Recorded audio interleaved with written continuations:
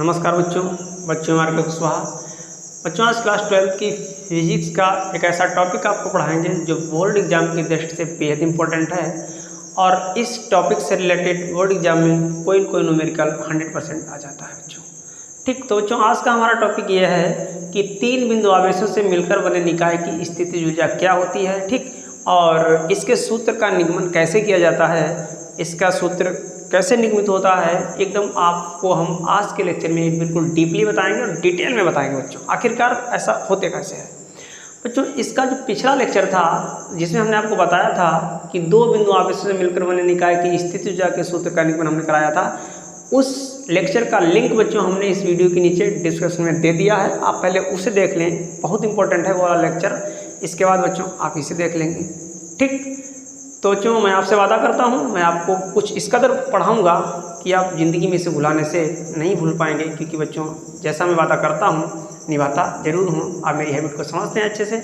तो चलिए बच्चों स्टार्ट करते हैं। आज का लेक्चर बहुत इंपॉर्टेंट है और इस तरीके से आपको पढ़ाऊँगा सीधा आपके माइंड में उतर जाएगा। बच्चों जैसा क्वेश्चन कहता है कि तीन बिंदु आवेशों से मिलकर बने निकाय की स्थितिज ऊर्जा। ठीक बच्चों, सबसे पहले बच्चों हम आपके सामने एक डायग्राम बना रहा हूँ। देखना बच्चों ध्यान से, ये तीन हमने कोई पॉइंट चार्ज लिए समझो, तीन बच्चों। ठीक, इसे बच्चों इसे बच्चों हमने कह दिया Q1, इसे हमने कह दिया Q2, इसे बच्चों हमने कह दिया Q3। इसको बच्चों इनके बीच की बच्चों डिस्टेंस ये हो गई, इनके बीच की डिस्टेंस ये हो गई और बच्चों इनके बीच की डिस्टेंस ये हो गई। ठीक बच्चों, ये Q1 Q2 डिस्टेंस हमने मान ली R12, Q2 Q3 बच्चों डिस्टेंस R23, Q1 Q3 बच्चों डिस्टेंस हमने R13 मान ली। इसे बच्चों नाम दिया A B C। ठीक बच्चों, तो सबसे पहले स्थितिज ऊर्जा होती क्या है। हेडिंग बच्चों आप एग्जाम में सबसे पहले आपकी पहली हेडिंग बच्चों रहेगी निकाय की स्थितिज ऊर्जा, निकाय की स्थितिज ऊर्जा बच्चों। ठीक, डेफिनेशन हम आपको लिखाएंगे नहीं, मतलब हम यहाँ पर नहीं लिखेंगे, सॉरी आप खुद अपनी लिख लें बच्चों। निकाय की स्थितिज ऊर्जा क्या है। ठीक बच्चों ध्यान से देखना, निकाय की स्थितिज ऊर्जा ठीक क्या होती है, सुनना मेरी बातों को। जब किसी निकाय में बच्चों बिंदु आवेशों को, ठीक दो या तीन बिंदु आवेशों को या चार बिंदु आवेशों को बच्चों जितने भी हों, ठीक जब किसी निकाय में बिंदु आवेशों को एक दूसरे के पास अथवा एक दूसरे से दूर, फिर से बच्चों समझना, एक दूसरे के पास अथवा एक दूसरे से दूर ले जाया जाता है, तो बच्चों बाह्य कारक क्या करता है, इन आवेशों को पास लाने में अथवा दूर ले जाने में, ठीक वैद्युत प्रतिकर्षण अथवा वैद्युत आकर्षण बल के विरुद्ध कुछ कार्य करता है बच्चों। बाह्य कारक क्या करता है, इन आवेशों को एक दूसरे के पास लाने में अथवा एक दूसरे से दूर ले जाने में उससे कुछ वर्क करना पड़ता है बच्चों। किसके विरोध में, एक कैंडिडेट्स के विरोध में उसे कुछ वर्क करना पड़ता है बच्चों। उस कैंडिडेट्स का नाम क्या है पता, वो वैद्युत प्रतिकर्षण बल भी हो सकता है एंड वैद्युत आकर्षण बल भी हो सकता है बच्चों। अगर समान नेचर वाले आवेशों को वो बाह्य कारक एक दूसरे के पास लाना चाहेगा, क्या वो बच्चों एक दूसरे के पास आएंगे, आपका आंसर होगा नो सर। समान चार्ज वाले कोई भी बिंदु आवेश एक दूसरे के पास कभी नहीं आएंगे, क्योंकि समान चार्ज वाले आवेश एक दूसरे को रिपल करते हैं, उनमें प्रतिकर्षण वैद्युत प्रतिकर्षण बल कार्य करता है, वो चाहने के बावजूद भी एक दूसरे के पास नहीं आएंगे। लेकिन बाह्य कारक क्या करता है, इसके विरोध में इनको पास लाता है। ठीक, वहीं अगर दूसरी तरफ बात करें, अगर असमान नेचर वाले चार्ज हैं जैसे माइनस और प्लस, इनकी बच्चों टेंडेंसी होती है हमेशा एक दूसरे के पास आने की, हमेशा एक दूसरे में चिपकने की, हमेशा एक दूसरे के पास आने की। तो बच्चों वह कारक क्या करेगा, इनको एक दूसरे से दूर ले जाएगा, है नहीं, इनके मर्जी के विरोध में कार्य करेगा। इनकी मर्जी क्या है, पास आने की, वह कारक क्या करेगा भाई, दूर ले जाएगा। ठीक, तो वही तो आपको डेफिनेशन लिख देनी है एग्जाम में। क्या लिख देना है कि जब निकाय में आवेशों को एक दूसरे के पास अथवा एक दूसरे से दूर ले जाया जाता है, तो बाह्य कारक को वैद्युत प्रतिकर्षण अथवा वैद्युत आकर्षण बल के विरोध में कुछ कार्य करना पड़ता है। वही कार्य उस सिस्टम में स्टोर होता रहता है और जिसे बाद में बच्चों नाम दे दिया जाता है निकाय की वैद्युत स्थितिज ऊर्जा। ठीक बच्चों, आप डेफिनेशन समझ गए होंगे, हम उसको लिखाएंगे नहीं। ठीक, मतलब मार्कर से हम नहीं लिखेंगे, आप लिख लीजिएगा, आप पेन लेके बैठ जाइएगा। ठीक बच्चों, हम फार्मूला कैसे प्रूव करेंगे, ध्यान से देखना। ठीक बच्चों, अब फार्मूला इसमें बच्चों फार्मूला प्रूव करते टाइम कुछ थ्योरी आती है जो मैं बोल रहा हूँ और उसी के अकॉर्डिंग आप लिख देना। जैसा जैसा हमने डायग्राम में शो किया है वैसा वैसा आपको लिखना बच्चों। सुनना मेरी पहली बात को, फिर आपको एकदम डीपली बताऊंगा आखिरकार होता क्या है इसमें। बच्चों थ्योरी में आपको ये लिखना कि चित्र में 3 बिंदु आवेश Q1, Q2 तथा Q3, Q1, Q2 तथा Q3 बिंदुओं A, B और C पर स्थित हैं। Q1, Q2 तथा Q3 क्रमशः बिंदु A, B और C पर स्थित हैं। आपको इतनी बात लिख देनी है बच्चों, ठीक, लिख देंगे। इसके बाद आपको क्या लिखना है बच्चों, अब बहुत इंपॉर्टेंट कहानी चलेगी, एक एक पॉइंट बहुत कांटे का चलेगा, याद रखना। बात हमेशा फंस के चलेगी, ठीक, एक एक चीज़ को एकदम डिटेल में देखना, मजा आ जाएगा। क्या कहेंगे बच्चों, बच्चों हम ये कल्पना करेंगे अपने मन में कि तीनों बिंदु आवेश प्रारंभ में शुरुआती कंडीशन में बच्चों कहाँ स्थित है, इनफाइनाइट में। बच्चों ये तीनों बिंदु आवेश प्रारंभ में कहाँ स्थित है, इनफाइनाइट में, यानी अनंत में स्थित है। बच्चों हम ये अज्यूम कर लेंगे मन में, ये कल्पना कर लेंगे, ठीक, हम ये इमेजिन कर लेंगे बच्चों कि ये तीनों बिंदु आवेश अनंत में, प्रारंभ में, अनंत में स्थित है, ठीक। और इन बिंदु आवेशों को वारी वारी से, मतलब बच्चों एक एक करके उठा करके इनफाइनाइट से वहाँ क्षेत्र के अंदर लाया जाता है बच्चों, ठीक। ये कहानी कुछ चलेगी, बड़ा जलवा आएगा, ध्यान से देखना बच्चों। क्या लिखेंगे, समझना मेरी बातों को और ध्यान से देखना मेरे बच्चे मेरी बातों को। लिखेंगे प्रारंभ में हम तीनों बिंदु आवेशों को अनंत में स्थित मान लेते हैं, ठीक बच्चों, मान लेते हैं। अब क्या लिखेंगे, इसलिए आवेश Q1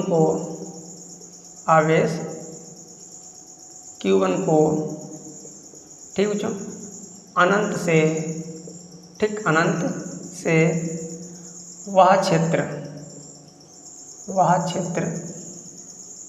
में बिंदु A पर ले जाने में, ठीक बच्चों, किया गया कार्य W1 बराबर 0, क्योंकि वहाँ पहले से कोई वैद्युत क्षेत्र उपस्थित नहीं है बच्चों, ठीक। बच्चों ये थ्योरी रटना नहीं, समझना मेरी बातों को। स्टार्टिंग में बच्चों इस आवेश Q1 को हमने इनफाइनाइट पे मान लिया था और इनफाइनाइट से बच्चों हमने उठाया इसे और बिंदु A पर ले गए, ठीक बच्चों। जैसे हम इसे बिंदु A पर ले गए तो बच्चों किया गया वर्ग 0 होगा, क्योंकि यहाँ पर पहले से कोई चार्ज मौजूद नहीं था, क्योंकि बच्चों हम इन दोनों को भी अनंत में स्थित मान चुके हैं, ठीक, इन दोनों को भी बच्चों हम अनंत में स्थित मान चुके हैं। देख रहे हैं बच्चों, आपको दिख रहे होंगे कि आवेश Q2 B पर स्थित है, आवेश Q3 C पर स्थित है बच्चों, लेकिन वास्तविकता में ऐसा नहीं है, क्योंकि मैंने मान लिया है कि प्रारंभ में हम तीनों बिंदु आवेशों को अनंत में स्थित मान लेते हैं। यहाँ पर है ही नहीं। अगर बच्चों यहाँ पर नहीं है तो इसके आने का विरोध कौन करेगा, कोई नहीं विरोध करेगा।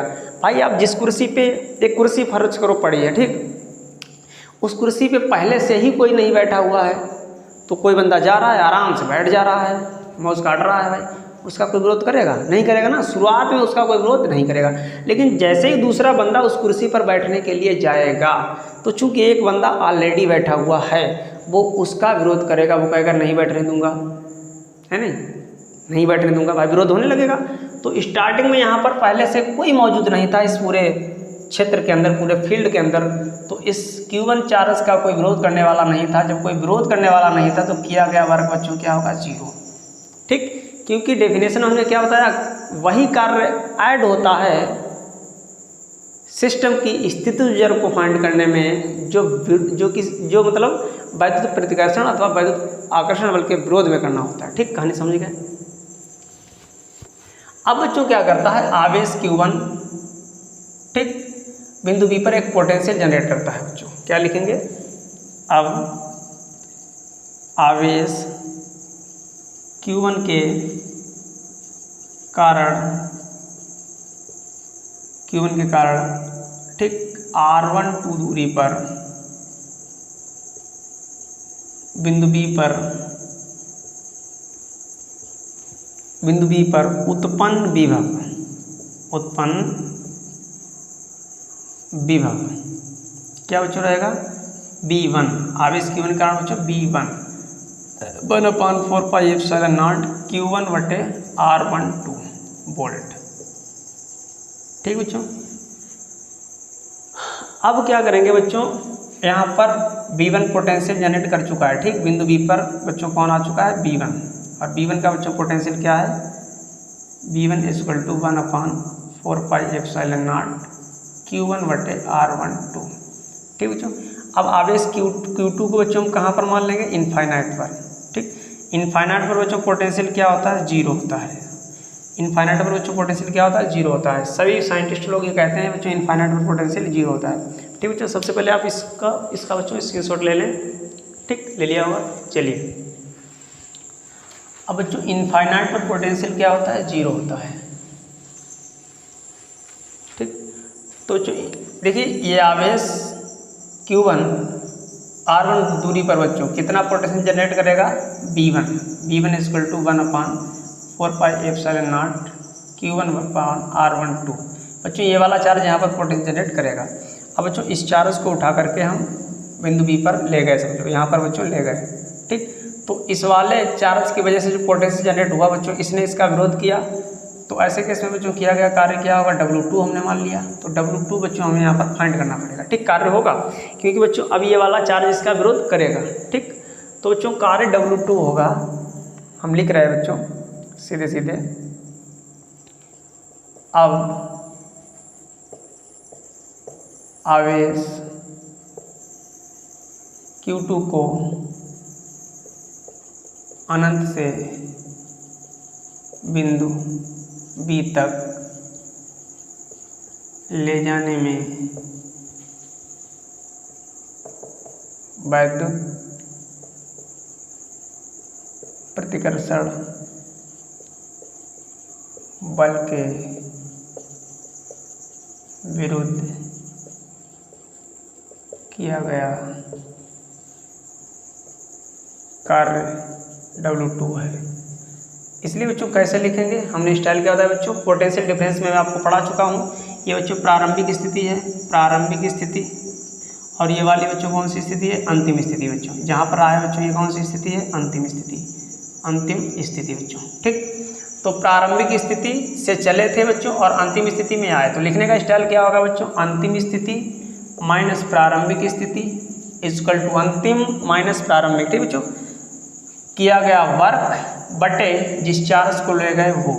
ठीक, तो बच्चों B1 इसका पोटेंशियल बच्चों क्या है, 0। तो हमें बच्चों चाहिए W2, तो W2 बराबर बच्चों क्या हो जाएगा, B1 × Q2। ठीक, तो बच्चों W2 निकल के आ जाएगा 1/4πε0 Q1 बटे R12 × Q2। तो इस टाइप से बच्चों जो W2 निकलेगा वो निकलेगा 1/4πε0 Q1 Q2 बटे R12। ठीक बच्चों, ये हमारा क्या निकल के आ गया, W2। ठीक बच्चों, स्क्रीनशॉट ले लें। अब बच्चों आवेश Q2 को हमने इनफाइनाइट से बिंदु B पर सेट कर दिया। ऐसे केस में जो हमें वर्क करना पड़ा W2 बच्चों, उसकी वैल्यू वो निकल के आ गई। अब बच्चों हम क्या करेंगे, आवेश Q3 को इनफाइनाइट से उठा करके हम बिंदु C पर ले जाएंगे और हम मान लेंगे कि ऐसे केस में बच्चों किया गया वर्क W3 होगा, और बस हम तीनों वर्क को जोड़ देंगे W1 W2 W3। ठीक, वही हमारा रिजल्ट होगा। ठीक बच्चों, मिटा दें इसे फटाफट। ठीक, नोट कर लेते। अगर जिंदगी हो तेरे संग। चलिए बच्चों, अब बच्चों लिखेंगे। अब देखिए बच्चों, आवेश Q1 भी बिंदु C पर पोटेंशियल जनरेट करेगा या नहीं करेगा भाई। आवेश Q2 भी बच्चों बिंदु C पर पोटेंशियल जनरेट करेगा, क्योंकि बच्चों आवेश Q1 भी अब सेट हो चुका है अपने स्थान पर, और आवेश Q2 भी बच्चों सेट हो चुका है अपने स्थान पर। तो लिख देंगे अब आवेश Q1 व Q2 के कारण, ठीक, बिंदु C पर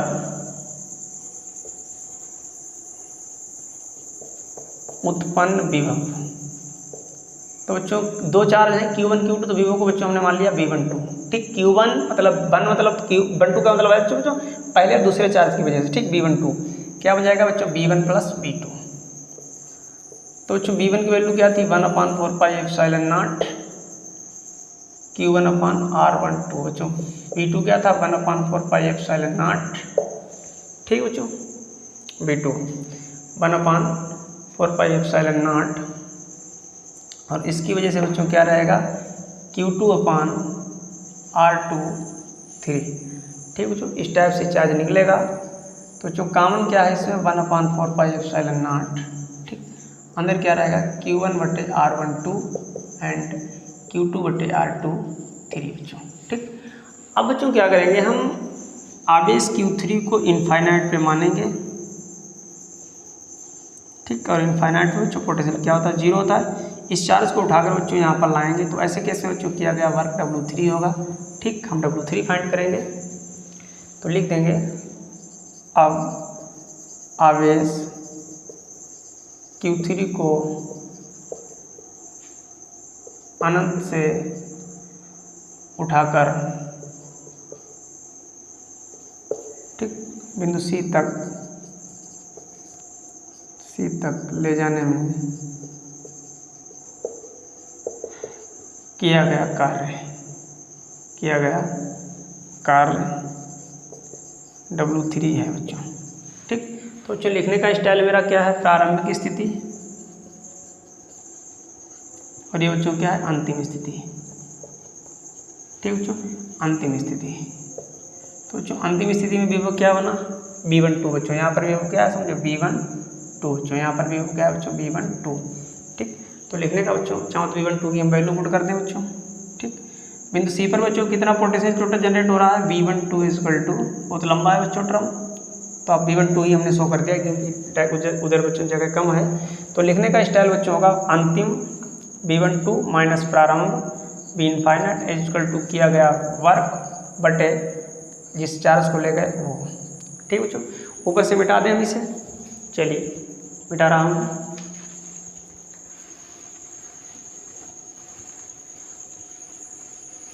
अब बच्चों देखिए अगर यहाँ से B इनफाइनाइट V1 2 माइनस ये 0 हो जाएगा, W3 इक्वल टू Q3।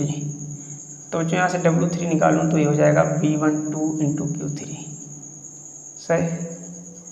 तो V1 2 बच्चों कितना है 1/4 पाई एप्सिलॉन नॉट,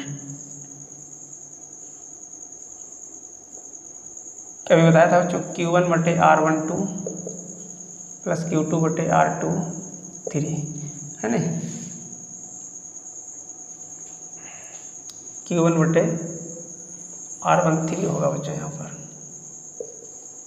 ठीक। पिछले केस में बच्चों अगर हमने ध्यान नहीं दिया होगा क्या था R13 होगा, बच्चों यहाँ पर होगा R23, ठीक बच्चों। अगर वहाँ पर हमने R12 लिख दिया हो तो धोखे से बच्चों प्लीज़ R13 कर देना, ठीक। अब मैं मिटा चुका हूँ, हमने क्या लिखा था मुझे ध्यान नहीं रहा, लेकिन अगर R12 हमने बच्चों यहाँ पर लिखा हो तो आप R13 कर देना, ठीक। ध्यान देना मेरी बात पर।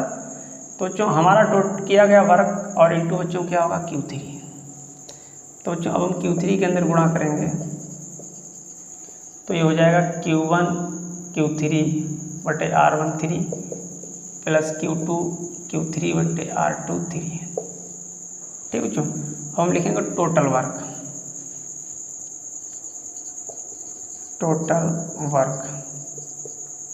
W equal to W1 plus W2 plus W3। तो बच्चों W1 क्या है 0, W2 क्या था 1/4 पाई एप्सिलॉन नॉट, ठीक बच्चों 1/4 पाई एप्सिलॉन नॉट। अब देखिए बच्चों अगर आपको भूल गए हो तो W2 हम कैसे निकाला था हमने बच्चों, हमने W2 किया था इसका बच्चों हमने मल्टीप्लाई किया था, ठीक। तो हमने लिखा था Q1 Q2, इसको ये पहले था इसकी मल्टीप्लाई Q1 Q2 बटे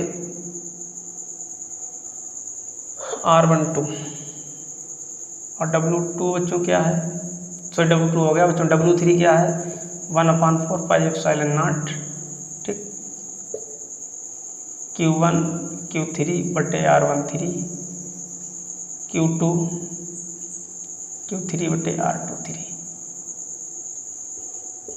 ठीक बच्चों। अब बच्चों पूरे से कॉमन क्या है, पूरे से कॉमन है 1/4 पाई एप्सिलॉन नॉट, अंदर बच्चों रहेगा Q1 Q2 R12,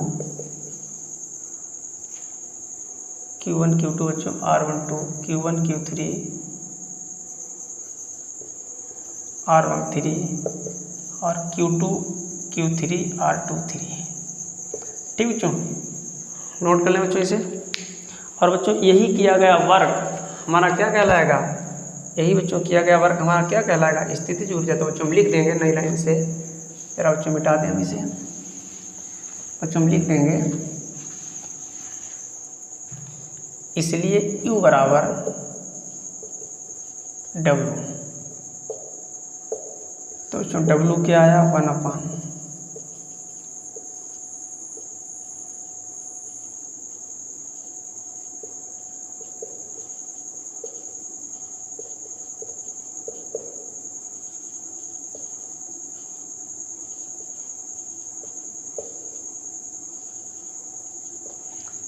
ठीक बच्चों, वही जो एनर्जी निकल के आई यही हमारा आंसर होगा। तो बच्चों आज के लिए इतना ही। अगर वीडियो आपको अच्छा लगा हो तो प्लीज़ वीडियो को लाइक करना, ज़्यादा से ज़्यादा शेयर करना, और चैनल पर नए हो तो चैनल को सब्सक्राइब जरूर कर लेना, और कमेंट में ज़रूर बताना बच्चों वीडियो लगा कैसा, ठीक। और आज के लिए इतना ही, मिलते हैं बच्चों नेक्स्ट लेक्चर में। जय हिंद, जय भारत।